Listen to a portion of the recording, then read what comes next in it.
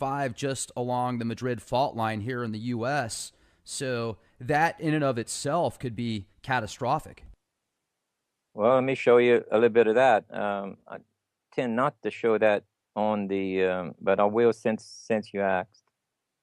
Give me just one moment right here now. Yeah, no problem. I'll just Reference maps. Here it is, right sure. here.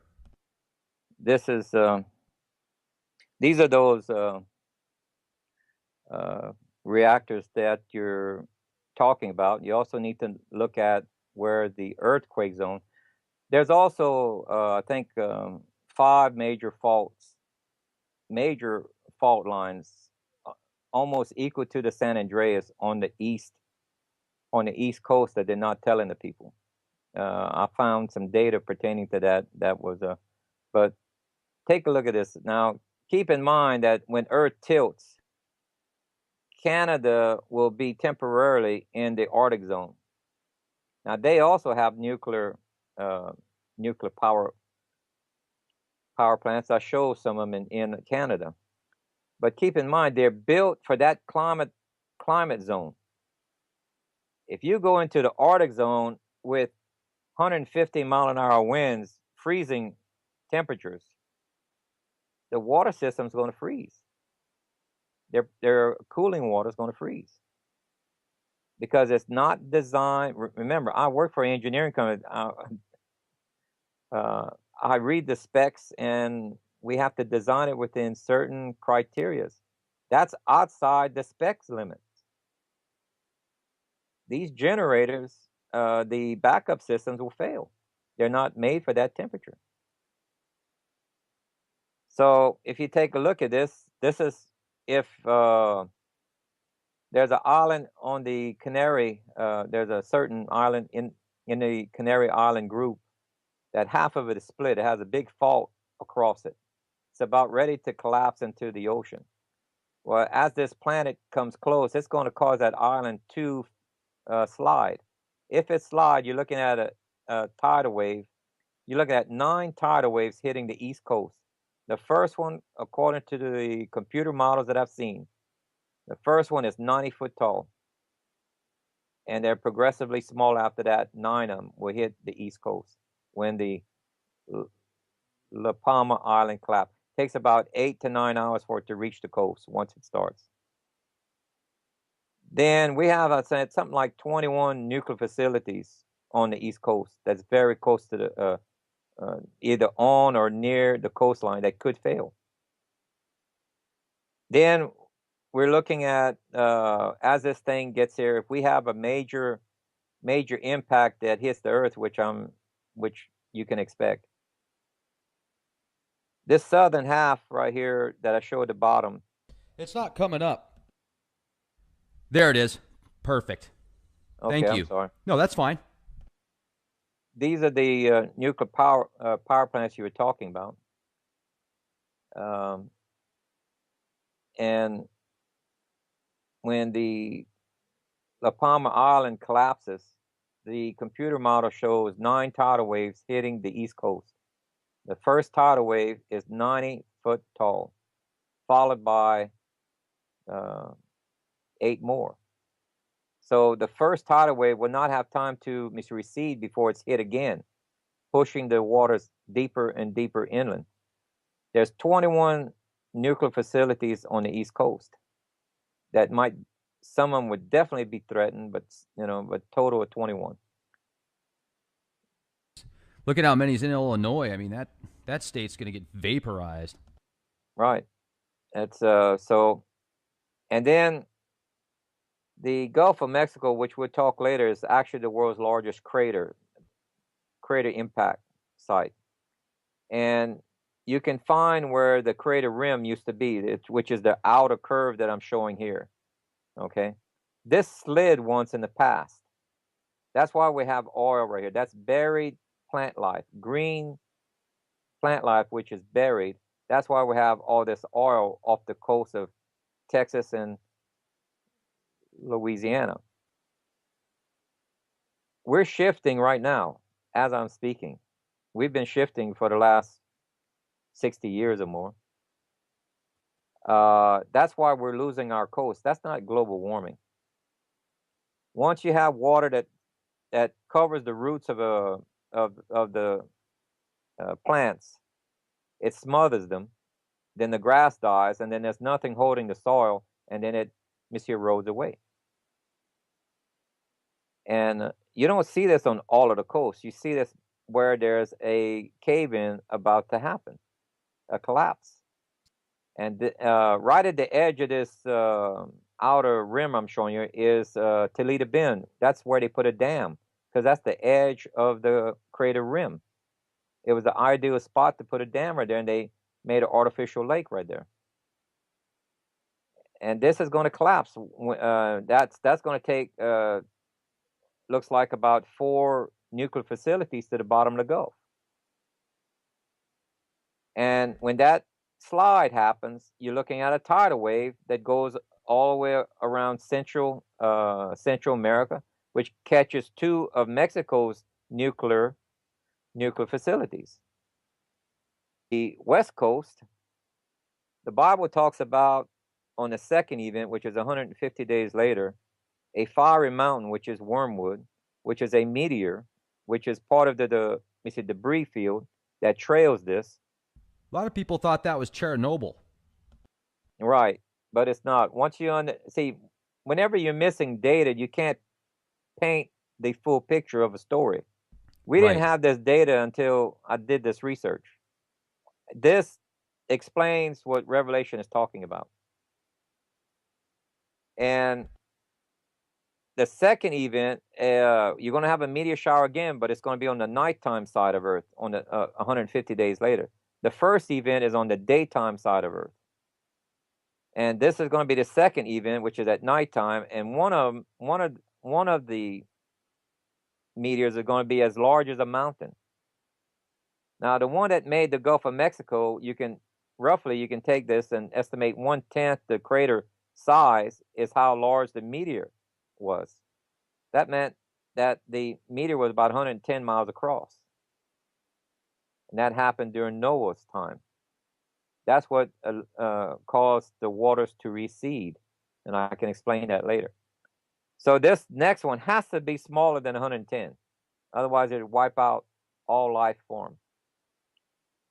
So let's say it's 20 miles across. But it's going to hit the Pacific, and it's going to cause a tidal wave. That means it's going to wipe out all of the nuclear facilities in Japan, China, along their coast. You're looking at the west coast of America being hit by a very large wave. And that also take out some of the nuclear facilities. And this is, you see right here, this blue area, that's the ash cloud or the ash covering of Mount St. Helens. Okay. Well, then this is Longview Caldera. That's see, we have 3 super volcanoes in America, not just one. We have 3. Yellowstone is one of the largest in the world, second largest, I believe. Mount Rainier, is that one? No, no, that's small compared to. This is okay. Crater Lake, I believe, is the second, the third largest, and then there's Yellowstone. Now, this ring I draw is what they estimate to be the massive devastation, 500 miles, and within this 100-mile radius, they say total devastation. In other words, the pressure wave would probably kill people, as well as the heat and everything else involved. Now, the ash cover from 3 of its past, we see eruptions covered all of these areas that I'm showing here. That's 3 of Yellowstone's previous explosions that had taken place. Yellowstone is showing all of the signs of this happening again. And this planet is going to be the final cause that causes it to erupt. Because the stresses that's going to be involved on Earth as it passes close to Earth because the stresses on the remember, continental crust is only floating on a second layer, which is the oceanic layer, if you want to call it that. Ocean layer is the second layer. Continental crust is sitting on top of it, looks like a memory foam, and it slides around on there. Well, these stresses, when the Earth starts to tilt, these continents are going to shift. As the Bible says, every island and mountain is going to be moved. That extra stress is going to cause Yellowstone to go off. And this is the type of ash cover that you can kind of expect. You can also expect that crops won't grow in the northern hemisphere for at least a year afterwards, because that happened once before in the past. I think the volcano was Tobo. I'm not quite sure. I'd have to look at the data. And that caused Europe didn't have a summer. They couldn't plant crops. A lot of people died. This is the lava that would come out of Yellowstone, because they know where it happened to pass. You know, they have these basalt fields where Yellowstone was erupted, and it would go out into the Pacific, right where around Seattle, Washington. Well, you better view this from space as a lake of fire. The bottomless pit would be Yellowstone, basically. It's something that you can view from space. This is how large this event's going to be. Now, the Bible talks about a third of the grass, a third of the trees, and a third of the rivers being burnt up. Well, when he said rivers at a later point, that defined continental crust. He didn't say oceans. He's describing 1/3 of continental crust. Well, when you look at a globe, a circular, spherical shape, what half of the globe is 1/3? That's North and South America. Europe, Africa, and Asia is 2/3. It's telling us that the Bible is telling us that this half of the globe is going to be hit by a meteor, not a shower, meteor storm. There's a big difference between the two. And guess what? Nuclear facilities cannot take meteors coming down at 10 times a rifle bullet. And some of these facilities will do like Fukushima. They'll go up. Because even if a small meteor takes out their cooling facilities, let's say it doesn't take out the core, just takes out the cooling facilities, that thing's going to melt. Or if it hits the river that's supplying the water to cool it, and it creates an artificial dam temporarily. Only thing you need is less than 24 hours for that thing to go into meltdown. Yeah, I mean, you look at Japan and Fukushima, Ukraine, Chernobyl. There's actually some stuff on the East Coast this year. I can't remember the name of the facility that had some issues with leakage of nuclear isotopes and stuff. So it's very frightening to think about the potential if they can't keep these things cool. So with that said, do you feel that there's going to be really anywhere to go, or is it pretty much once this happens, everybody's going to die? No. This happened before, just that we never had nuclear facilities before. Well, that makes it a whole new ball game, doesn't it?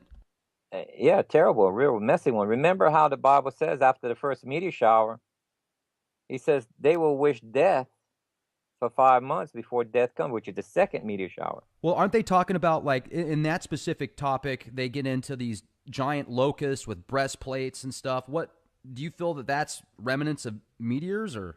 No, they're trying to describe a helicopter. They didn't have modern words. See, they didn't have a word even like meteor. They call meteors fiery hail. They don't have a word for this planet. They call it the fiery dragon of old. Okay, they call this large meteor that looks like wormwood. I'm going to show you an actual steel meteor, what it actually looks like. Now, if you only had natural materials to describe it, you're going to see how it truly fits. You're dealing with an ancient language that had limited vocabulary. They do not have the words we have today. You have to put yourself of that time period in that culture, which is the Hebrew culture, to understand what they're saying and what they're trying to emphasize. Without this data, we could not understand the stories correctly. They are describing an end time event that says it's the worst in all of Earth's history. Now, remember, when the continents shift and the earthquakes go off, are bridges and roads able to be used? The answer is no. Now, if you need to push people to points to help them, like if it's FEMA camps or medical facilities, whatever, how would you do it? You'd use helicopters with a microwave beam that stings them. It stings them, but it doesn't kill them. It makes them enough pain to where they'll have to walk. You got to walk out of this event because roads are not usable. Yeah, they're really pushing those microwave beam technology with law enforcement agencies and some of the military applications. That's definitely a possibility, and I didn't think about that. I'm glad you brought that to my attention. You also break down the different sills and how, if you read Revelations, there's a formula where sill 1 is released before 2, etc. And probably drones too. Maybe they were talking about that because it seems like that's certainly the wave of the future right now, the technologies that are available. I remember driving on I-10 back Labor Day last year, and I was in the middle of nowhere, Texas, and we were going about 80 miles an hour on the freeway. That's the speed limit at that location. And just above us and to the right, there was what I thought at first was a drone, but it wasn't like a drone that I had ever seen before. It looked like a miniature jet. And my wife said, she goes, "Oh, is that like a rich person jet or something like that?" Because it looked like just big enough for one person to fit into. And it stayed to the right of us, I would say about 2 o'clock. It wasn't even 100 feet above us. And then when it got in front of the car, it turned to the left and it just blasted off. It just went, and I did some research. I tried to find what kind of drone it was, and it's actually not a drone. It was a Lockheed Martin missile that they dropped from F-22s and jets and stuff like that. So wow, it's very fascinating. Remember, the government is 30 to 40 years ahead of us. So the technology that you may see whispers of, they probably already got. This is the biblical and secular accounts that I was able to spot as far as when it passed by. From Noah's flood, and we can talk about all the way to Revelation, which is seal 6 and 7. And let me point out. See, this is the one I was telling you. Remember how it rained for 40 days? And then the earth stayed flooded for 150 total. Well, this is where the canopy of water was punctured in this. Here is where the canopy of water, they used to have a canopy of water around us. And remember how in school they talked about Pangea? Oh, yeah. Well, let me mention something in physics that tells you that that's nearly, impossible, the way that they bring the scenario around. If Earth is molten and it's forming crust and it's spinning, why would all the crust form on one side where the Earth is not imbalanced? I don't know. That goes against physics. Only way that can happen is if that Pangea is landlocked, because there was no oceans at the time. There was lakes and seas mentioned, but there was no oceans. The top canopy of water, there's outside books that said there was 7 meteors that punched holes in the canopy and it caused the floodgates of heaven. That's not a normal rain. The floodgates of heaven opened up, 7 of them. It took 40 days for Earth to flood. Earth stayed flooded 150 days. Now you can read into the accounts, 150 days. Noah felt a great wind come over the waters. He called it God's breath. Then he saw the waters recede. That was the pressure wave from a very large fiery mountain that hit the Earth. That created the Gulf of Mexico. That knocked off 71% of our crust on the opposite side. Remember, this thing's coming in about 8 times a rifle bullet, the speed of a rifle bullet. That knocked off 71% of the existing crust of that time, and that happens to be the exact volume of our moon. Then the waters receded, and that made our oceans. And that's why you had Pangea. Now the Earth is wobbling, and that causes the continents they're already cracked, but that causes them to shift. Remember, the continents are not glued down. They're like floating on memory foam. So this heavy wobble caused them to move quite quickly to where they are today. It didn't move slowly. They were very well lubricated with the water. They had underground water talked about that came up, springs, because they had a structure underneath there of like a honeycomb structure that collapsed. And even the Russians had drilled into it. There's a saltwater region of crushed granite filled with salt water that's underneath the continents that they cannot explain. So this is a model here. This is to scale. This green layer is Pangea. This layer, this white layer is the Himalayas. This purple is a pressure wave that I'm going to show you. This area right here, this voided area, is the Gulf of Mexico. That's the diameter of it. When it came in at roughly 22 degrees, and how we know is when we piece the continents back together and we look where the Himalayas are, we can reverse the model and figure out the angle of attack. When this thing exploded, the pressure wave went to the core and it bounced off that solid core, and it made the Himalayas in seconds. Moving the core forward is what knocked 71% of our continental crust on the opposite side, creating the moon. Now, let me show you how big the crater is. Whenever you piece back where Africa needs to be, you can see where it used to be off the coast right here. All right. A lot of people try to make things fit from land to land, but that's not the way it was. You got to go where the shelf is off the coast. You see? You had lakes and streams between the two. Okay. That's almost like a perforated page. That's where it rips apart at, because it's the thinnest. Now, you see where Cuba is right here? Uh-huh. It's touching South America. Just recently, they found off the west coast of Cuba, right in here, a city 270 feet below the sea level. Huge mystery, because the Gulf has never been that low. They can't figure out how a city got there. Well, because it was existing at the time of the impact. This is where the Mayans and some of these ancient cultures were. They built on the tip here. And now, after the movement, the end of the area here collapsed into the ocean, and it preserved these ancient temples, which is like a pyramid, just like exactly what you see today in modern Mexico, those ancient temples.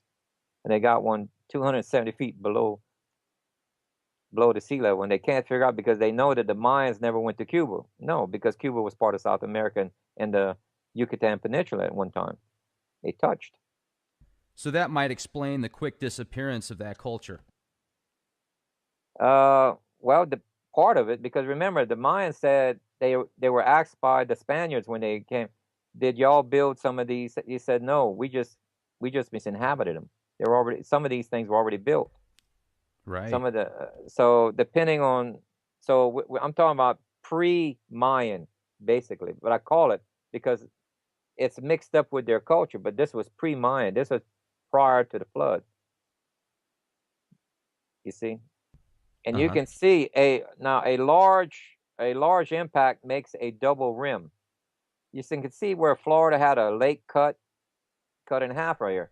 Well, you follow this curvature, you better see where the crater goes. The crater rim goes exactly where I was telling you. The southern part, the northern part of this crater rim is exactly at the edge of Mr. Toledo Bend. Is a dam right there, because it's a natural structure to put a dam to hold water. This crater is roughly 1,100 miles across. Now, scientists have a problem with this.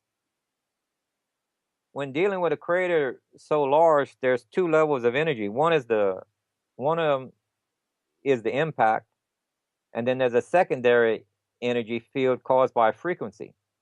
That frequency violently vibrates carbon molecules where they spontaneously combust.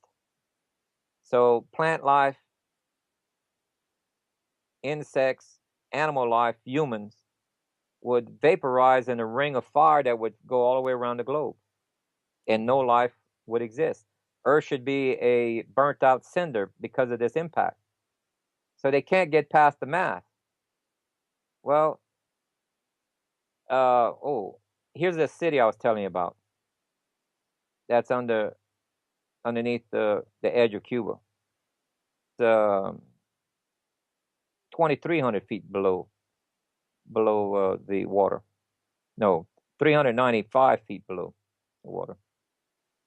I wonder why they found what the big deal was with pyramids back in the day. You ever thought about that? There's definitely they did put a lot of effort, a lot of manpower in it. So why? I wanted to show you this right here. Remember, scientists have a problem with that crater because of the size of it. Right. Well, they never bothered to recalculate this, that the heat issue is resolved if the Earth is flooded, because water is a good absorber of heat. Only way that crater could happen, that meter, and life to exist, is if the Earth was entirely flooded. And the only way that the moon can be created, which is only made out of crust, there's no core to the moon, okay? The moon has gravity, but it has no magnetic field because it doesn't have a core. There's even iron oxide. The satellites found a huge amount of iron oxide. Well, if anybody knows chemistry, that should raise a anomaly there, right there. How do you get iron oxide on the moon when there's no atmosphere or water? Because that's basically the simple term, that's iron rust. For rust to happen, you have to have oxygen and an atmosphere. How do you have rust in large quantities on the moon? Because that at one time had an atmosphere, but it was when it was on Earth. And keep in mind, the only way for the waters to recede is if you remove crust. 71% of the top crust is missing. If you put it back where the oceans are and you reduce the Himalayas down, you have a flooded Earth again. You have a logic triangle that you can't beat. Now, the only way that life could exist is if they were on a boat right here. You have the crater, you have the moon, and you have plenty of evidence showing the Earth was flooded. And because logically, mathematically, and physics involved, tells you this Gulf of Mexico as a crater cannot exist unless you have some way of solving the heat. And the only way you can do that is if you have a flooded Earth. Now, there's also, if you look at the asteroid belt that's past Mars and the Kuiper belt that's past Pluto, there's a lot of talk that the possibility of those were planets at one time and something caused them to explode, and now they're asteroid belts. I'm wondering if you follow that same theory and if you believe that Planet X could have been the possible reason for that. Yes, we have a bunch of anomalies in our solar system that without this intruding planet, you don't have a cause. You see the effects, but you don't have a cause. Science is applying cause and effects. So without this planet being really, truly real, you can visibly see effects, but you have no reasonable cause for it. Because Pluto used to be a satellite moon of Neptune. Matter of fact, it crosses Neptune's orbit still. That's why they declassified Pluto as a planet, because one of the terms that they redefined as a planet, that a planet cannot cross another planet's orbit. One of them cannot be a planet. But what's interesting about this, they got a dilemma coming up. Planet X crosses Earth's path, and it's bigger than us. Which one do you disqualify as a planet?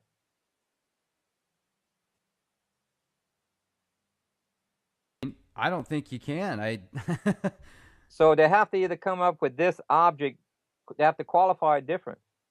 They have to come up with a whole new term because it has some similarity of a comet. It's definitely bigger than many of our planets. So they have to come up with a whole new term, and that gives them plausible deniability. You ask them, what about this planet? They'll say, what planet? What about this comet? What comet? You have to say, what about this heavenly body that's coming in? If you don't use the proper terms, then they have political correctness will not get you your answer that you're looking for. Yeah, that makes sense. Let me give you a quick view of the Himalayas. So you see how it has a semicircle arc to it? Yeah, I was just looking at that. Well, take a look at this real quick. This is a satellite map that NASA did that shows the gravity. This darker areas are showed where gravity is the heaviest or greatest. You're heavier in this area of Earth than any other portion of Earth, because gravity is associated with the density of matter. And the only way that you can get this is a punch from underneath. This is the pressure wave. See how circular it is? It was a punch from underneath the crust that compacted the matter, giving you greater density, increasing the gravity. This gravity ring is actually a bruise caused from the impact. And the Himalayas was the weaker area, so it popped up in seconds. It's 3 to 5 miles higher than the rest of the terrain. It came up in seconds. Yeah, that's interesting. And air is rock. I can find you the same color terrain or color of this material. You see all these striations are all lateral? Uh-huh. That's not normal. That's not. Wind can't do that because it's not constant in one direction. That's rub marks. Well, now this doesn't match the surroundings. See, they know that this is not natural. It's called a monolith. They don't know how these monoliths got here. They know it didn't come out from outer space because it's not charred. It's not burnt. They know it didn't hit with any speed, like 8 times a rocket, because there'd be a crater here. It had a soft landing. And when something is landing soft, you see the surrounding rocks, how it came up. See all these dark areas? That's rocks that vibrated out of the ground. Whenever like you shake a box of popcorn, the larger pieces come to the surface. Well, that's what happened, right? This is all these dark areas because it shook the ground when it landed. Well, if you take a look at 13 miles to the area here, you see a drag mark. Because one of the ways to slow the speed of this down, suppose it was ejected from the Himalayas at a shallow angle. It never got into the upper, and Australia was closer to India, which it was at one time. And during the making of the Himalayas, it ejected this piece. It touched down right here, losing part of its speed, flipped over, just like you toss a rock on a lake. You skip it across. It skipped right here, flipped over a few times, and landed softly. It lost most of its energy.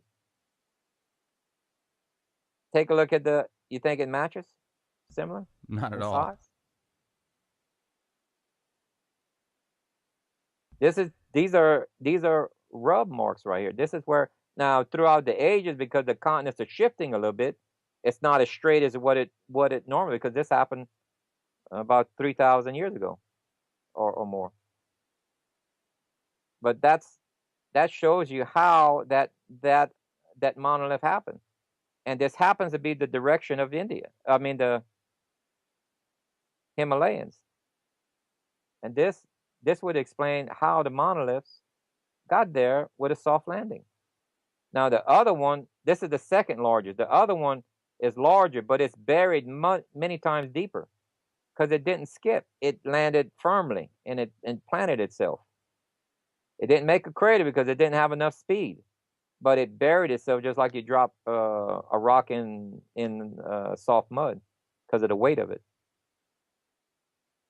We have enough evidence to prove out Noah's flood. And let me jump to another one. And while you're pulling that up, let me ask you, because I forgot to bring this up earlier, you know that giant scar on Mars? Looks like a big scar. Yep. It's a big canyon, but yes. Do you think that could be from Planet X? Without a doubt. During the, we'll touch on this right now. We'll just jump ahead to the Exodus. Okay? During the Exodus, they had 3 days of darkness. Solid darkness where you couldn't hardly see your hand in front of you. Now, it's also documented 3 hours of darkness during Yeshua. So how do we get a difference of 3 hours versus 3 days? Well, what happened was that it collided with a planet called Ceres, which is now known as the asteroid belt. It destroyed that planet and broke it up with a head-on collision. And what that caused, it slowed the path of it slowed the speed of it down to 1/20th of its normal speed. That caused the 3 days of darkness. Now, if you go and connect the dots a little bit, look at the biblical records a little bit more, you see how it took 4 trips around the sun before it regained a normal orbit. The first trip around the sun and it came back at 52 years later. Guess what? That's Joshua's long day. The next one was 131 years later. That was Job's trouble and the drought of Ruth. 131 years later. Okay, yeah. All right. Let's see. Yeah, 131 years was Job's trouble and Ruth. 290 years later was King David. That's where you got the Star of David. This was during the battle between Saul and David, and it showed up exactly on that year between the two. Then there was Hezekiah. They had 3 events on the one that was 358 years later. Yeah, the Jonah warning Nineveh, in 40 days your destruction comes. Guess what? In the model, you can prove out at 40 days Earth can see it as it rounds the sun. How did they know that? Then Hezekiah, where the shadow went backwards. It wasn't going backwards on a sundial. That's a misinterpretation in English. When you read the Hebrew, it's steps. The sun went backwards on steps. Well, that means Earth tilted. The math shows us that Earth tilted 26 to 28 degrees again. We have 3 to 4 events we can prove the Earth tilted 26 to 28 degrees. Then 5 months later on the second event, this is when 185,000 Assyrian soldiers died in the middle of the night. When the king had woke up the following morning, all the soldiers were dead. If you know anything, remember how NASA takes satellites when they want to send them into deeper space? They don't have enough. Right. They send them around a planet 3 or 4 times, and that slingshot effect, they get more and more energy. Then they dart them out to the direction they want. This is the same thing that happens with this planet. When it would drop down to 1/20th, it took 4 more trips around the sun before it gained its normal orbit, because its orbit is associated with its mass. The bigger the mass, the larger, the longer the orbital path has to be. In other words, if you have an orbit of so-called 3,600 years, which there's no hard evidence to back such a claim. No one gave hard data. They make claims of 30, but they give no hard data. Someone out there is even stating that Dr. Harrington made with stitching, that Dr. Harrington was claiming that it was a, no, he didn't. You have to listen very carefully to the video and then read his own report that he published. He published a report that his estimate, which is an educated guess, of 1,150 something years. He said for it to be a 3,600 year old, it had to be many times larger than Jupiter. Remember, at 7 times the diameter of Earth, that's only about a third of Jupiter. And it had to be multiple times larger to get a 3,600 year orbit. Well, guess what? Something that big can't pass between the moon and the Earth that's claimed in Joshua's long day. Nor will it give you 3 hours of darkness in Yeshua's time traveling at its normal speed. It takes an object only 6 to 7 times the diameter of Earth. The math does not work out multiple ways for a 3,600 year orbit, nor does the size, because your orbit is set by its mass. The slingshot effect. Kepler's laws of planetary motion. You got to follow these things. We'll talk about Joshua's long day right here. Joshua received word from an ally theirs that they had 5 kings that amassed their army, and they were getting ready to wipe out this ally of Joshua. And the king, he says, "Don't abandon me. I need your help." They had amassed over 300,000 soldiers. Joshua only had 30,000. He did a forced march throughout the night to the northern part of Israel. Now, you can read in the text that the enemy woke up that morning and they were scared. And you can allude through the text, you can surmise that the sun was late coming up, because they said they woke and they got scared. They didn't see Joshua's men yet. Something was scaring them. And it's because the sun didn't rise yet. That gave more time for Joshua to make it to the place, to the enemy's camp. Because if you measure out the distance, they needed more time to make it. Then when he's get there, he doesn't rest. He goes straight into battle. He attacks. Now they already had the fear in the camp, and they're going in there yelling and attacking. The enemy starts to run. Then midway in the battle, he calls out to God, says, "Give us more time so we can annihilate our enemy. We need more time. We need 12 extra hours a day, daylight." Well, if you read the text, the meteors come down, only killing the enemy. None of Joshua's 30,000. Remember, this is hand-to-hand combat. Sword with a sword. You're only a foot or so, a foot and a half away from your enemy. And only the enemy died from the meteor hit. You see, if the moon is in an exact position, it's acting as a shield for Joshua's men. The back side of the moon has 4 times more craters than the front side. The reason why the front side faces Earth, because it has more iron on that side. It acts like a compass needle. It points to the magnetic of Earth, because the magnetic field is a greater radius than the gravity field. So the moon is locked in looking at Earth at all times. That's why we only see the near side of the moon. The backside has protected us multiple times. Not the entire globe, only part of the globe.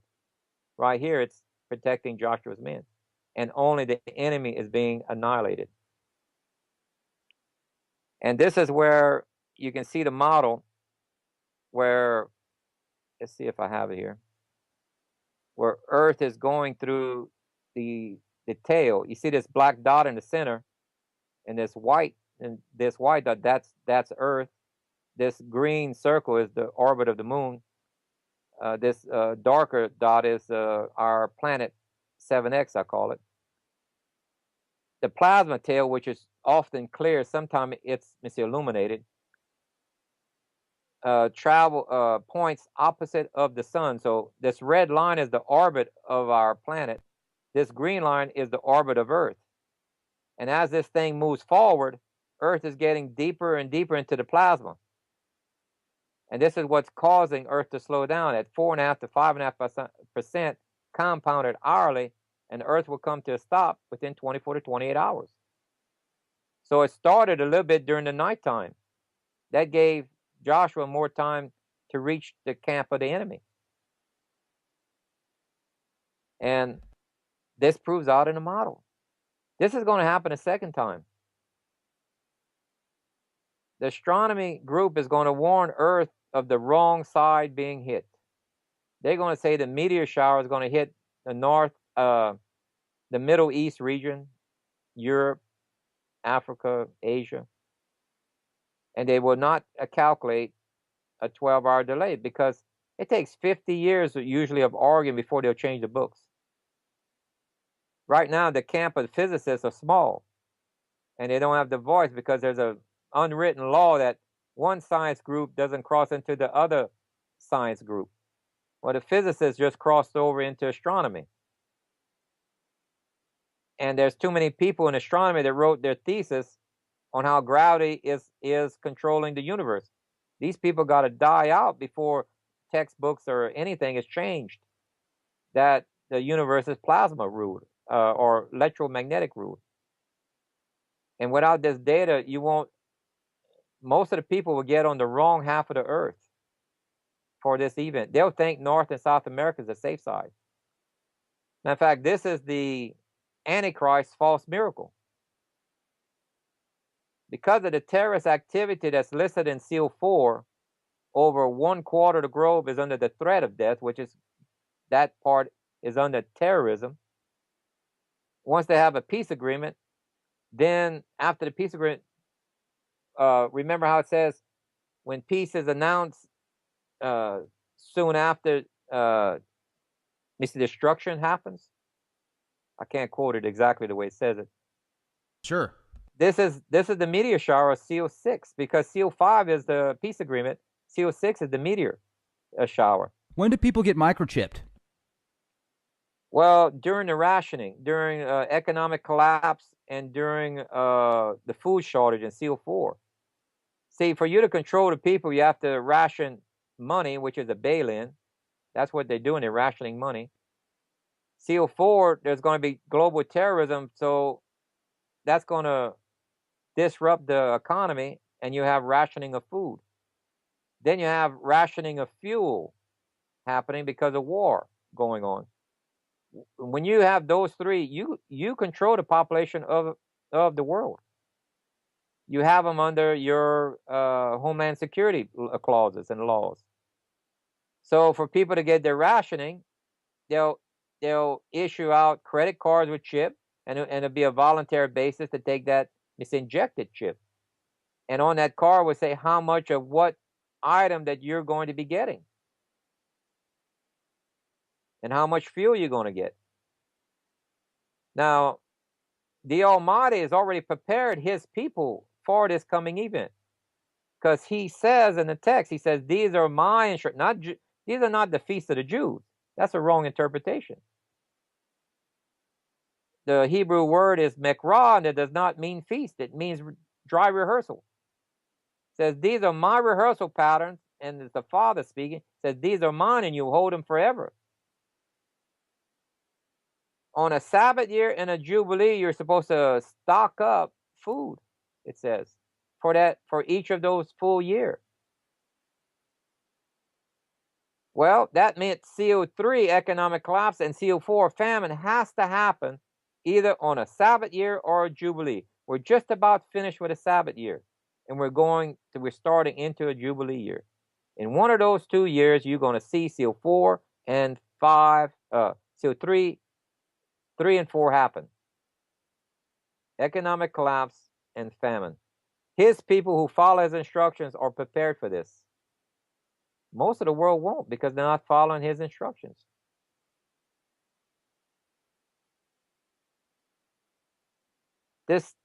The data in the biblical records is too exact. You can't guess anything to this level consistently through 14 events and tell me that it's by luck.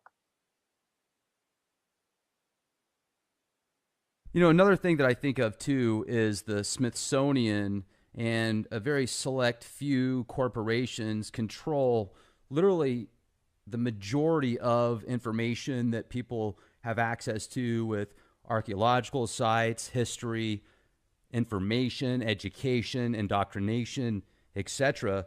So maybe they suppress a lot of this information, and that's why a lot of people, unless they really do the digging, don't have access to much of it.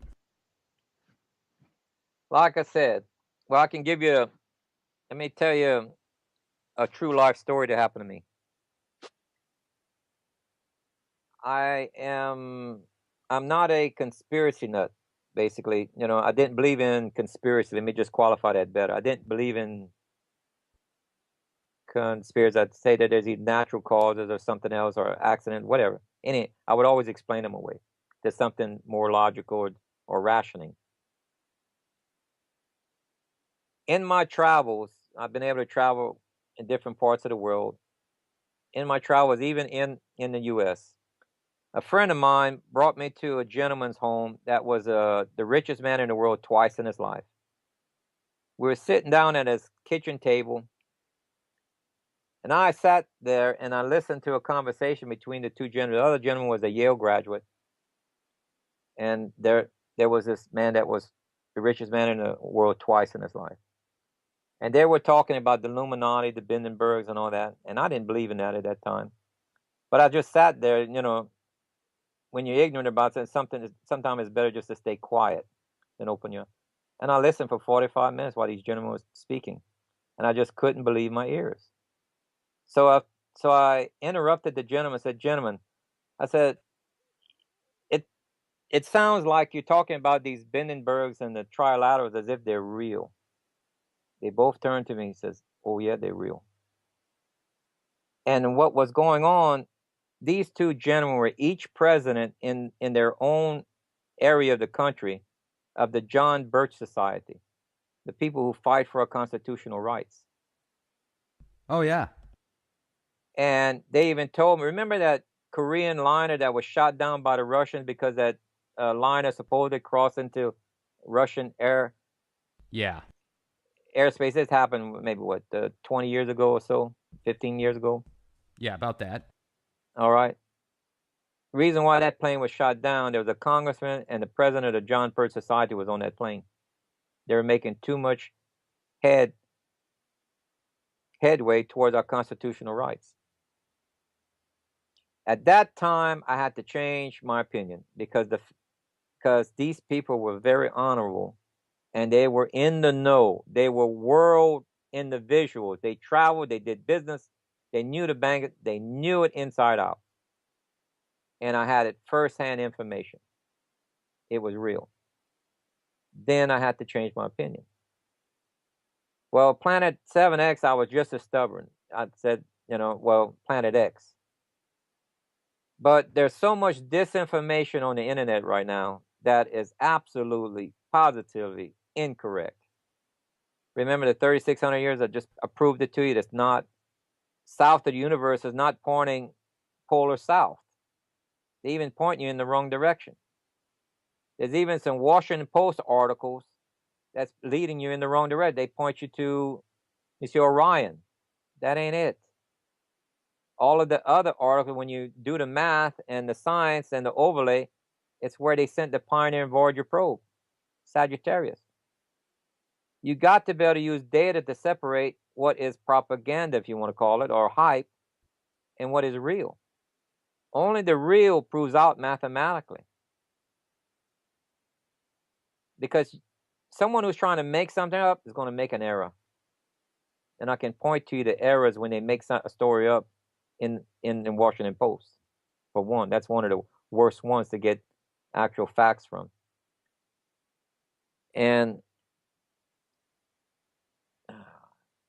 it's just incredible amount of data.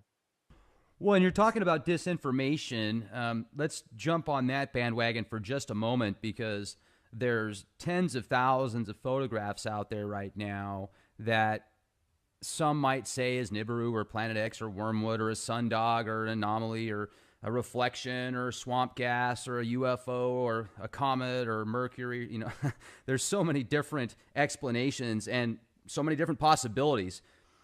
What is your take on being able to see Planet X right now? There is no valid sighting in the public realm. They may have a valid sighting in the government realm through their satellites and other ways and everything, but there's no valid sighting in the public realm of our planet at the moment. They have the ability to cloak an object, and I even showed the video on how they're able to cloak an object. They use lasers, and they can bend light. That means also the spectrum of infrared, because that's part of the spectrum of light. Okay. Remember when Ronald Reagan gave a speech to the UN, and he made it sound like it was aliens. So Oh, he yeah. said if we had an outside threat, Oh, how yeah. we would join in a common cause of defeating this threat. He wasn't talking about it. He was talking about this planet. Because what happened following right after, they put a laser-based Star Wars. Satellite, supposedly for defense. No, you need the lasers in space to cloak it. Because that's what the laboratory show. The laboratory models. It's called I have a DVD out called Planet 7X. Well, some of the data we were trying to put it out as soon as possible. Well, some of the data we didn't have collected yet. So we released the DVD, but we came back with some bonus features that you can see off my YouTube channel, Planet 7X on the YouTube channel, where it shows laboratory tests on how they can bend light. They can put you can put your hand in front of you, and when it's in front of the lasers, you can't see it. You see everything behind it. You don't see your own hand. You see a hole in it. You know it's there, but you see everything behind it. If someone walks behind it, you see it, but you don't see your hand. And they're able to bend light. Remember, light is matter. Remember what Einstein said.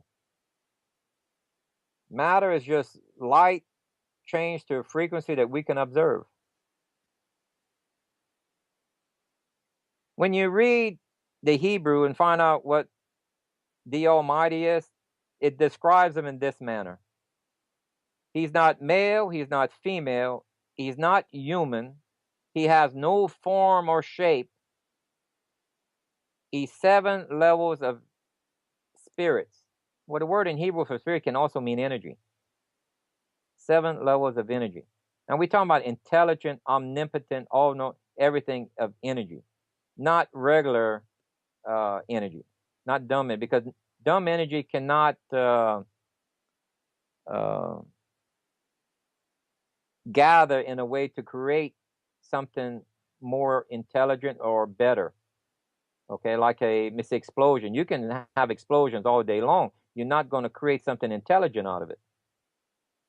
It takes something that had to have thought process to be able to create stuff, life and everything. Because there's not a single example out of all of the explosions out of the entire world, from nuclear to dynamite to air, there's not a single thing that they created that's life form out of a explosion. They had plenty of tries, I think. So if you take what that is, what the Father is, and look at Einstein, he says, remember, the first law of the thermodynamics, energy cannot be destroyed or created. It always existed.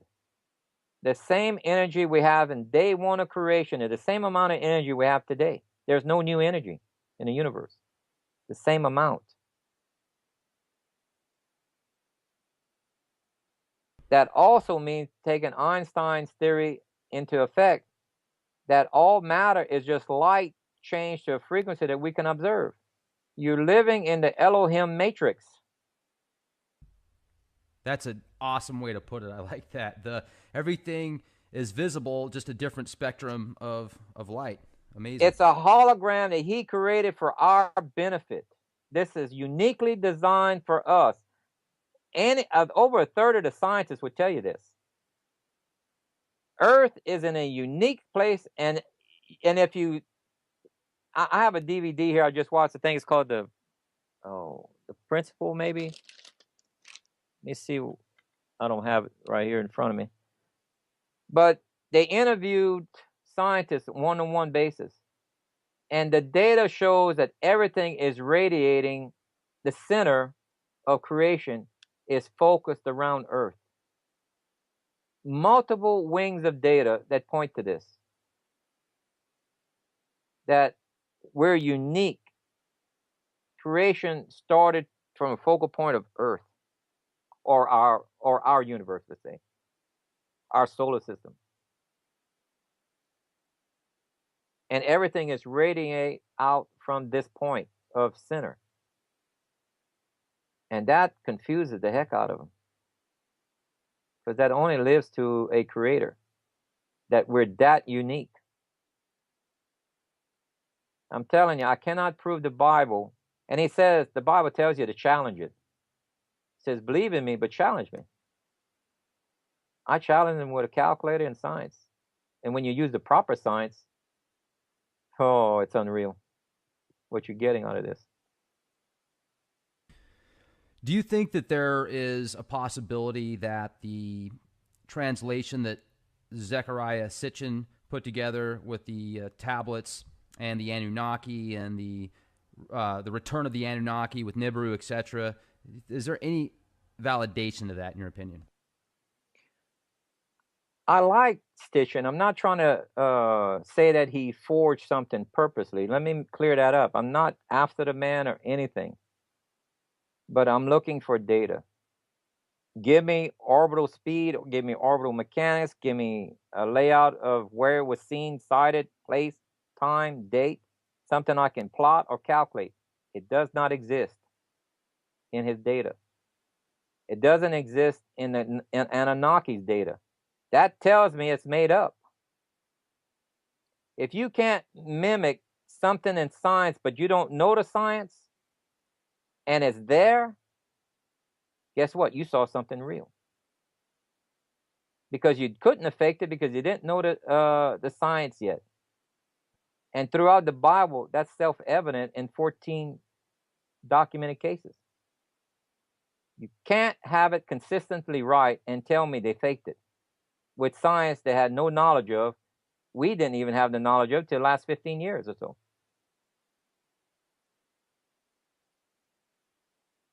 It's a fictional story. We can go back to the Egyptians writing stories that they won certain battles. Even the Babylonians made claims. They won, well, matter of fact, remember the 185,000 soldiers that died out of right outside of Jerusalem? Well, that king went back to his town and said, we won. And he wrote it in history as if he won. And he didn't win. The Egyptians never came back and said they lost. So do we have a year when fictional stories started? Yes, from the beginning. But it comes, okay? You have to back up that the only way you can find out that something is not fictional is if it has data built into it that had no knowledge of, that qualifies it. Okay, they saw something or did something real. Like if you have archaeological finds that back something. You see, like the story of the Tower of Babel. That's real.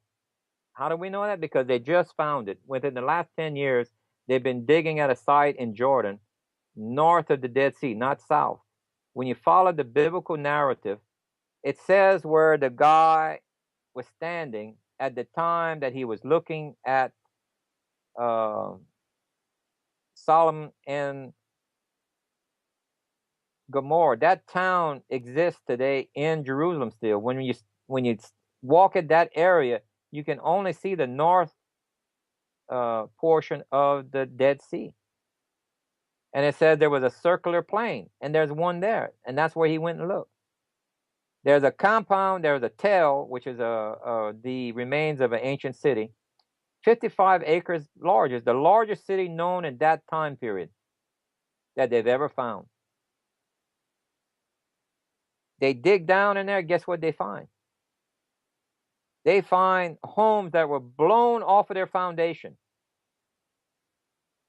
from some large explosion. They got people where their bodies were thrown against the wall, completely shattered. They got homosexuals that died in bed together.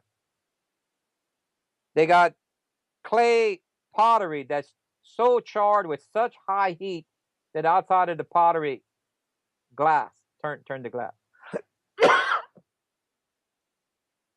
And that's called, I think, tritodite. I think it's called, or something like that. Only found at nuclear or atomic explosion sites where it turns the sand to glass.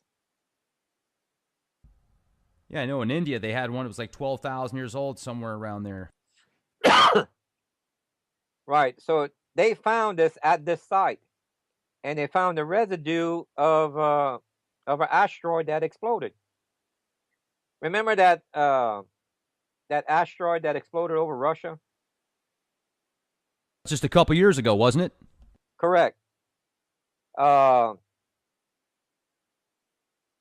me try to pull up some data here for you. 50% of the of inbound meteors explode before touching the ground, and they explode at different elevations. Those towns in Russia were very lucky. If it would have exploded closer to that city, it would have vaporized people and put buildings on fire, exactly mimicking the Sodom and Gomorrah event. We can, in other words, remember how it says Lot's wife would turn to a pillar of salt? Well, that's a description of man coming back looking for her, not that God said I was going to turn her to a pillar of salt. Okay? That's the difference. If you go back, you can see this. Remember in Nagasaki when the atomic explosion happened? Yes. You could see the shadows of people on stone walls and steps and bridges where they were vaporized, but because of the shadow protected the cement from light, where the microorganisms and dust that were embedded in the cement didn't get vaporized. All of the other areas which was exposed by the light got cleaned perfectly, leaving only the shadows of where the people stood. So how would ancient man describe a shadow of this type to the shape of a man? They said God turned him into a stone. That's what they said about her. Remember, they said, do not look back. There was 2 cities that actually exploded, Sodom and Gomorrah. When she heard the first explosion, and the reason why she went back, because she had more than 2 daughters. Some other daughters that she had stayed behind. When she heard the first explosion, she went back to check on them, and she wasn't supposed to. The second blast happened, vaporized her, leaving a shadow on the wall of the town. I believe it was the wall. I don't believe it was a stone in the middle of a area. It was she was behind the gates, and she came out behind to see about the city.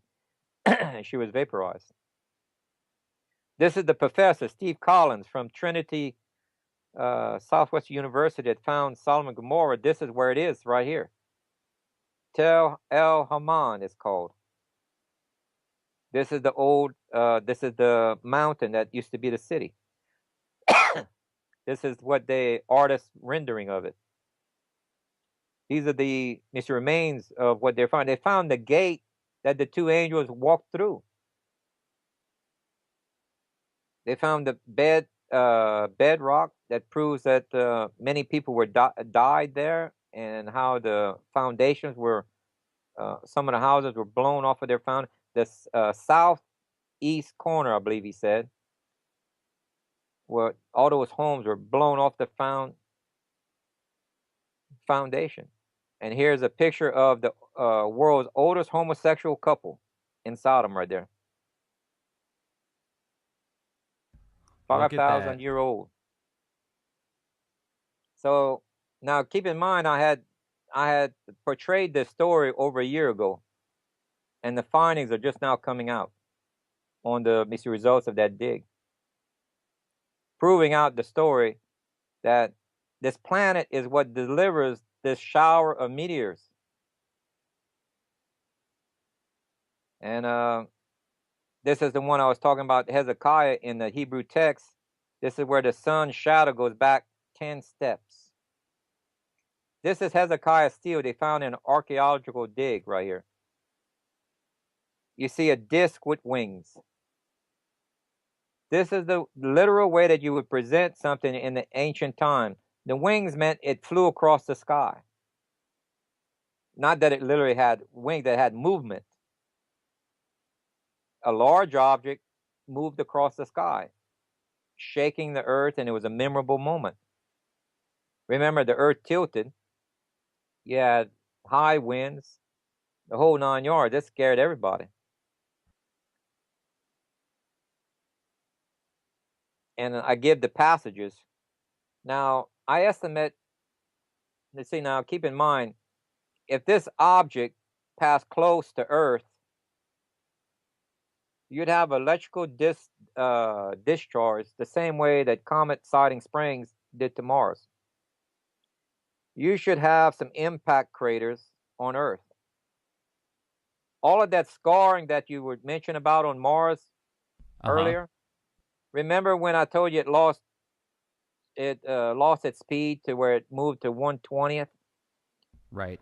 To have that amount of craters on Mars is because it was going slower. And it probably turned around and it stayed in orbit with Mars for a little bit before it headed towards the sun. So it had plenty of time to gouge out the large scar. And because Mars would have been caught up in its plasma tail, Mars would have either slowed down very slowly or even stopped, allowing this constant digging to take effect. It's the only way that you can explain that. That is not by a casual flyby traveling at 88,000 miles per hour. You'd only have a couple of hits in crater form. Like, see, this is where it passed on Mars. Mars lit up like a light bulb. This is Comet Siding Spring. This is a small comet compared to that planet. Now just think if you reversed it around. This planet is 6 to 7 times larger than Earth. What kind of lightning strike do you think is going to hit the Earth? If a little comet can do that to Mars. Right. So here's a crater in Africa called the Eye of the Sahara that scientists have proven is not a meteor crater because it's not concave. There's no glass there representing a impact. It doesn't have any of the material you would associate with a meteor impact. On this western region, it cut away 300 foot of depth out of the mountain. This is a plasma strike when this planet was passing by. Think of a 30-mile wide lightning bolt. dissolving away the rock in the mountain.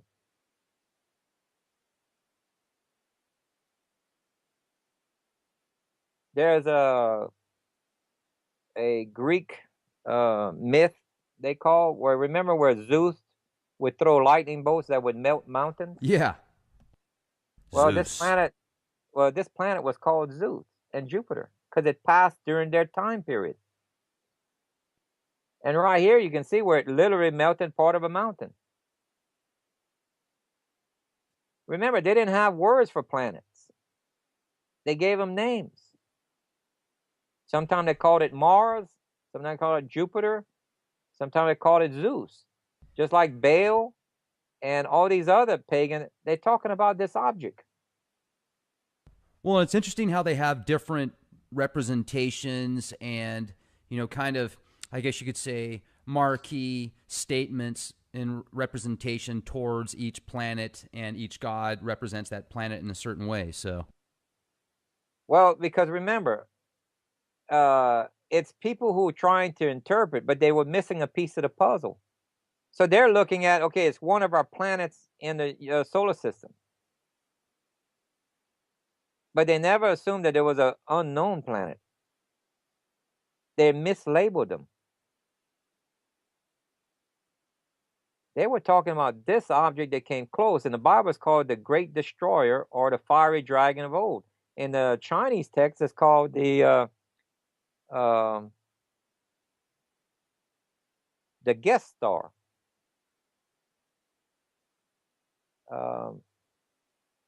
In the Egyptian culture, it's called something else. See right here, this is some of the craters on Mars. This is not a meteor impact because the bottom is flat. Huh. Okay. A meteor crater causes a concave. A flat hit is where it's a plasma strike. And a plasma strike will cause these veins that look like water.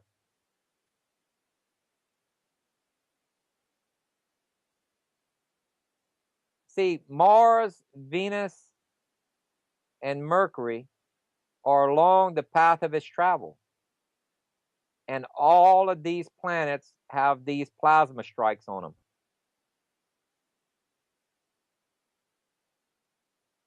Plasma strikes. Yeah, that's new information for me. I appreciate you bringing that to our attention. Now, every time Earth is hit with this heavy strike, whenever you hit a magnet with a lightning bolt, it changes its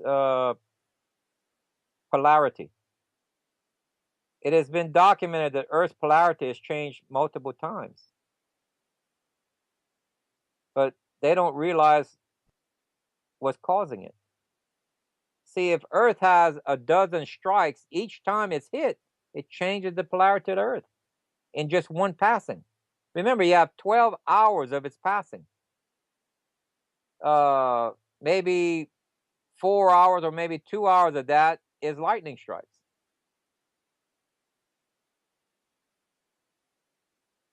But you're going to have, so keep in mind when we're in the plasma tail, that all generators will have to be turned off globally probably 3 days before it's crossing. We spend in the plasma field almost 24 hours, 24 to 28 hours.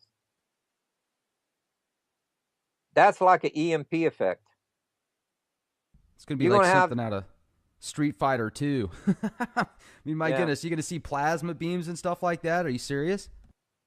Well, it's the same. Well, what you're going to see is when we it's not going to be a plasma strike like a lightning bolt when we enter the tail. This plasma strike, what I'm talking about is when it gets close to us.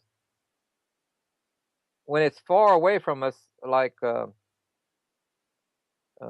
24 to 28 hours before it crosses our path, remember the tail of the comet, if you want to call it that, is pointing at Earth, and Earth is entering deeper and deeper into that plasma tail.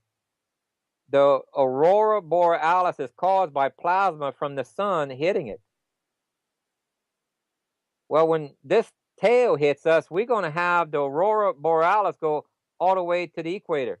The northern and southern aurora is going to, that side, you're going to see it light up thicker and more brilliant in color than you've ever seen it. And when it's that active, it's going to howl like a trumpet, as the biblical text quotes. And this is going to fry all the satellites and communications and yes, it will. Computers and unless they're off at the time. Globally, all generators will have to be turned off 3 days prior to this event. The Bible even gives an indication. The wise virgin and the foolish virgin are burning oil lamps. That's because they have to. EMP does not affect an oil lamp. Remember how it says the four winds, that 4 angels go out and stop the wind of the earth? The winds can only be, okay, well, the winds of the earth can only stop if the rotation of the earth stops. Remember, during Joshua's long day, the earth stopped rotating. It's going to stop again by 12 hours. 12 hours is exactly half of a day, which is half of the globe. The opposite side of what they would expect will be hit because of the 12-hour delay in Earth's rotation. North and South America would be hit. The winds will stop because Earth's rotation stops. It's mentioned in the biblical record. The 4 winds stop. Do you think that it's just one planet that's coming back our way, or do you consider the possibilities of there being not only a planet but also a dwarf star and other moons surrounding it, like a second solar system coming towards us also? See, with our present knowledge now of the plasma universe, a sun is not a planet. It's a plasma ball, basically. It's bringing in plasma through the North and South Pole and radiating it out down the axis, which is the center, the planetary plane. That's why all the planets are caught in this stream. You ever seen a trout moving up? Definitely.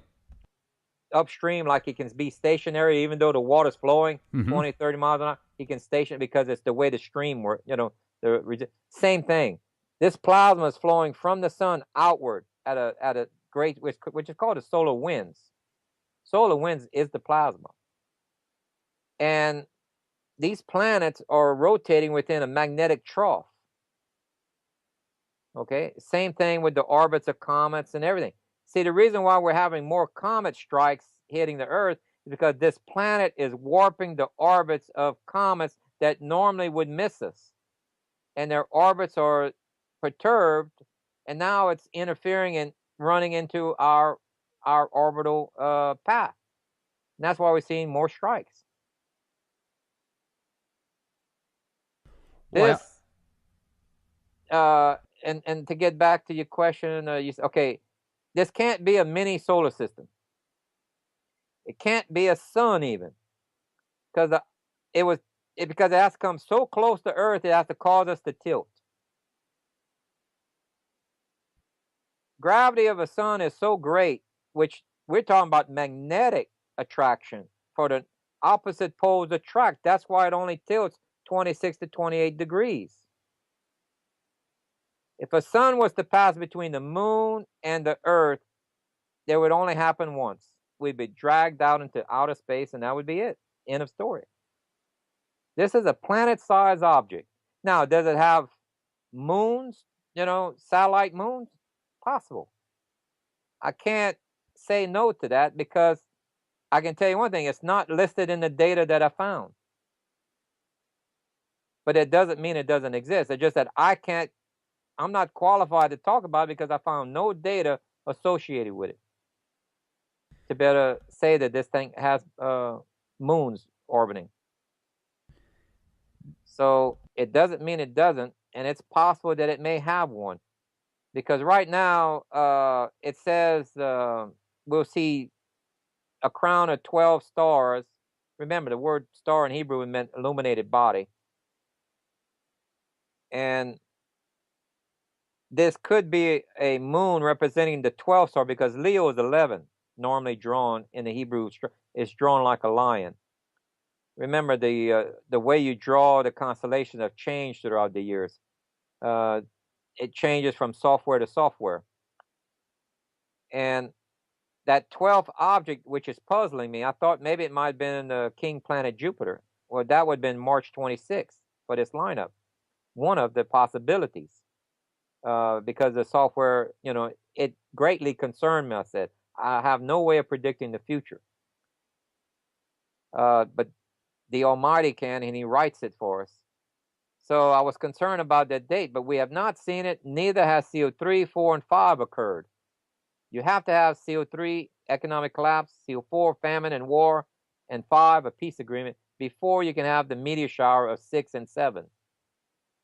So when you see those, and the internet will be down until the peace agreement, because the whole world sees the Antichrist signing the peace agreement. That's how you're going to know him. So the internet is up then. But in between that time, during this rationing and stuff, because of terrorism and everything, you're going to have your internet down. You won't be able to call me and say, that object in the sky, what is it? You have to be able to identify this and know what it is before the internet goes down. And you got to know what to do then. And when you see a peace agreement being talked about to be signed in Jerusalem, you make sure you're in Jerusalem for the signing of that peace agreement. And then wait there in Jerusalem. Your passport is good for 3 months in Jerusalem. You wait there until Passover comes around, March or April. And that's when the 2 witnesses will appear for the feast.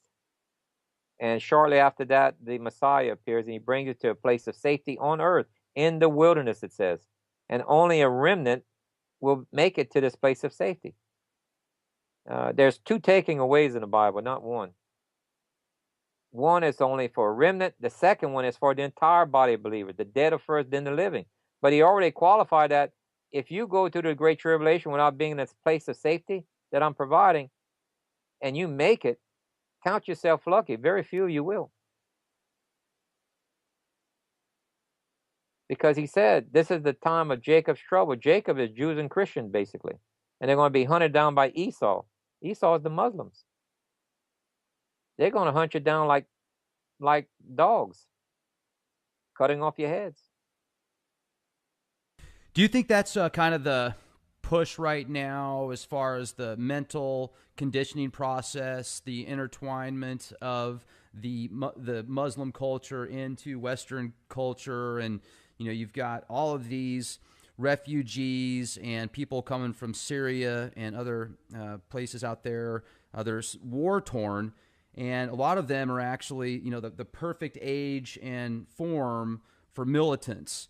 So do you think that could be kind of the beginning of this process that you're discussing? The New World Order needed a war. They need to cause a crisis. And then they come back with a solution for it, which they're the ones creating both of these. So they create the crisis. You think, since when are you sending millions of Muslims to Christian community when there's plenty of land in Muslim? I mean, Saudi Arabia has a tent city with air conditioning, sewage, everything to hold close to 1 million or more people. And it's not being used. But yet they're sending Muslims to Christian, and they're turning down Arab Christians from coming over. They're only allowing the Muslims to come in. Because there's an agenda. Within these groups are terrorists. Remember, a quarter of the world, that's 1.8 people, is under the threat of death. You got to have a way of getting enough of these terrorists in these Western countries. Because 1.8 billion is roughly the Western nations. That they have to put under lockdown of what? Rationing of money, food, and fuel. Homeland security. You follow the biblical, it says prepare food, water, or whatever, supplies for the Sabbath and a Jubilee. You got 1 more year left before the Messiah is ready, if we got the Jubilee correct, and it appears so. But if you wait till economic collapse of Balaam, then you can't remove money to get your food and stuff. That will happen almost overnight. You either follow the biblical instructions ahead of time, otherwise you will be caught in the globalist trap that they're setting for you. And he's already pre-warned you. Well, I mean, many people now live paycheck to paycheck, but even those that do have a decent amount of money saved up for possibilities of hard times, a lot of it's in the bank. And like you said, how easy would it be for, oh, sorry, you can't have access to your bank account today. There was some type of computer virus, or there's a glitch, or we're updating the software, or there's a satellite that went down, or, anything they can come up with. So hang on to some cash and supplies and everything else. Now, I first of all, Gil, I would like to thank you so much for coming on here with us at the Leak Project. I know that you canceled a dinner reservation with a friend of yours, so thank you. It's my pleasure, and if you wish to cover any of the other data that we didn't touch on yet, I'll be more than welcome to come back or answer any of your audience questions if you want to collect some of their questions, and we can try to answer some of them. That'd be fantastic. Absolutely. I know that you said you did a session in Russian or for Russia that went 6 hours, and I would certainly love to pick your brain longer and get information and questions put together. Well, if you want to ask your audience if they would go to www.planet7x.net, we have a DVD that this is a hard topic to talk to people about, especially to show a pastor or a Bible study group or any of them. You can play this to groups, and it enlightens them on the technical level that this, in other words, I share what brought me out of being a skeptic into this is a real object. Then the book, which is free, takes you through all of the biblical narrative and 5 secular groups, 5 secular event. They can download that for free from the same site at the bottom. And this would educate your audience to where they can develop questions and helps them get a grip of this before the internet goes down. Remember, I can tell you about Los Alamos that's been testing a new internet for 4 years. It's impervious to virus, but they won't implement it because it's not part of their plan. They want this one to go down under their command so they can not have it up. See, that stops 2 to 3 million amateur astronomers from warning the public when it does get within view. They'll better take close-up pictures of it. That's the difference between all these fake sightings that are either mirages, glitch, or anything. A real object, amateur astronomers will be able to zoom in and give you close-up pictures of it. Detail where you can recognize this is a different planet. Not something that looks